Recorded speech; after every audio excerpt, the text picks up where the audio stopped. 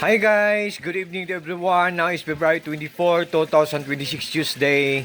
As you can see guys, andito na naman ako sa koi fish pond ko kasi gabi na naman. So it's about time to feed their dinner meal.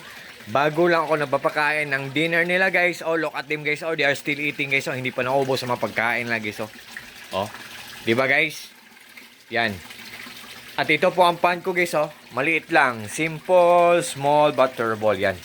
Honestly guys, dito talaga ako nagtatambay guys pag wala akong ginagawa. Yan.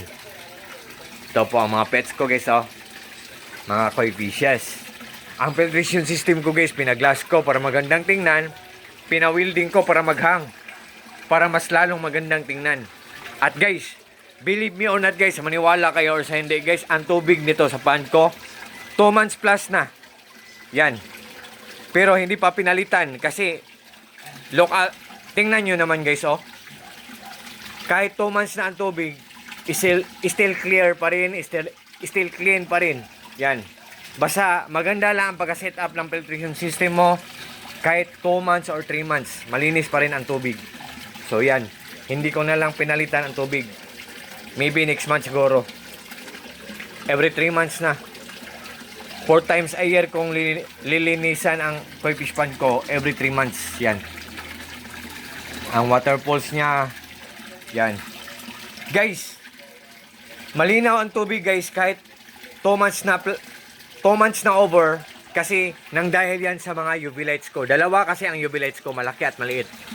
UV light ko na malaki at saka UV light ko na maliit. So dalawa, plural plus is UV lights guys. Yan. Guys, kahit nasa ilalim sila ng tubig, hindi sila masisira kasi waterproof sila. Ang purpose ng UV light guys, pinapalinaw niya ang tubig sa aquarium, pinapalinaw niya ang tubig sa pond natin. Kung may pond tayo. Yan. Yan.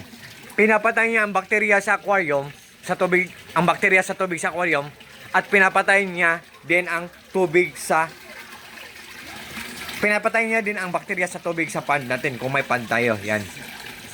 So ganyan ka ganda ang mga UV lights ko guys. Sa mga sellers ng UV lights ko, thank you so much po sa trust po at sa suporta. Sa shop niyo po, more sales to come, more blessings to come, more clients to come, more orders to come po. Thank you so much po sa trust po. Yan, ang bait ng mga sellers ng mga UV lights ko. Yan. Nag-trust talaga sila sa akin na mag-promote ako sa mga products nila. Yan. Hindi ako nag-i-exaggerate guys. Ang bait ng mga sellers ng mga UV lights ko. And guys, sa mga fish keepers dyan na naghahanap ng UV lights, tingnan nyo lang sa link ko guys ha.